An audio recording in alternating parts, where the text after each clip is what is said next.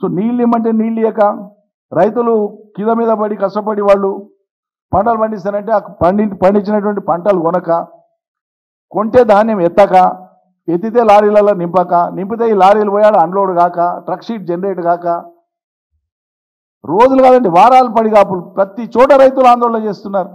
ఇదేం దరిద్రం నాకు అర్థం కాదు. ఇంత కష్టపడి రైతులు ఇన్ని ప్రతికూల పరిస్థితులలో నువ్వు రైతు బంధు ఇవ్వకపోతే 4 ఎకరాల లోపు ఇచ్చిన ఇంకా కొంతమందికి ఇయ్యనే లేదు. ఇక మార్చి 31 వరకల్లా ఎట్టి పరిస్థితులలో పూర్తి చేస్తామని ముఖ్యమంత్రి గారు నోటి నుంచి వచ్చే మాట. మార్చి 31 అయిపోయినాక వ్యవసాయ మంత్రికి చెప్పి క్షమాపణలు చెప్పించాయి. మన్నించండి రైతులు, మన్నించండి, ఆలస్యమైంది మన్నించండి అని చెప్పి ఎవరు తుమ్మల నాగేశ్వరరావు గారు ఆయన నోటితో చెప్పించే. మన్నించండి అంటే క్షమించమనే కదా, చేతులు ఎత్తేసినా మా వల్ల కాదు క్షమించండి అని చెప్పి.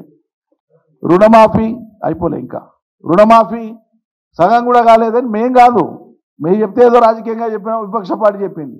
మీ ఎమ్మెల్యేలే మాట్లాడుతున్నారు కదా, మీ ఎమ్మెల్యేలే చెప్పారు కదా.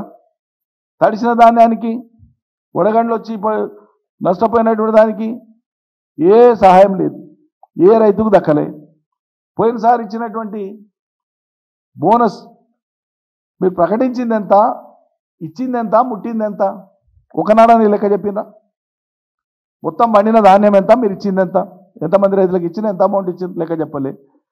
ఈసారి మళ్ళీ ధాన్యం తీసుకుంటున్నారు, ముప్పు తిప్పలు పెట్టి తీసుకుంటున్నారు. సరే ఎట్లనోలాగా రైతు ఇస్తున్నాడు, కష్టపడుతున్నాడు, వారం 10 రోజులు 15 రోజులు కళాలు పడిగాపులు కాస్తున్నారు. ఇప్పటి వరకు సేకరించింది ఎంత, దాంట్లో ఇచ్చిన బోనస్ ఎంత? ఇస్తున్నారు అసలు బోనస్? ఇయ్యదలుచుకున్నారా బోనస్? ఇవ్వరు. అంటే ఏదైనా మాట మార్చి దాన్ని జాప్యం చేసేసి జనం మధ్యలో వాళ్ళు మర్చిపోయేటట్లు చేస్తే ఆ అంశం వెనక్కి పోయినట్లే అని భావిస్తున్నా. దగ్గర 1,50,000 కోట్ల అప్పు చేస్తుంది. మరి ఇవేమి ఇవ్వకుండా, ఏం చేయకుండా, ఇచ్చిన హామీలకు సంబంధించి ఏం చేయకుండానే 1,50,000 కోట్ల అప్పులు చేస్తుంది. అప్పులు చేసి మళ్ళీ నిత్యం అప్పులు అయిపోయినాయి, మాకు ఏడ పైసా పుడతలేదు, ఇంకా మా చేతన అయితే లేదని చెప్పి చేతులు ఎత్తేస్తుంది.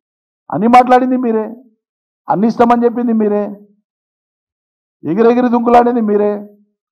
మాకు చేత కాదా, మాకు అనుభవం లేదా, మేము ఇంత గొప్ప వాళ్ళం, అంత పొడి వాళ్ళం, ఇంత లావాళ్ళం చెప్పుకున్నది మీరే. మరి ఏం లేవు, కేసీఆర్ ఏం మిగిలేకుండా పోయినా చేతగాని మాటలు మాట్లాడుతున్నది మీరే.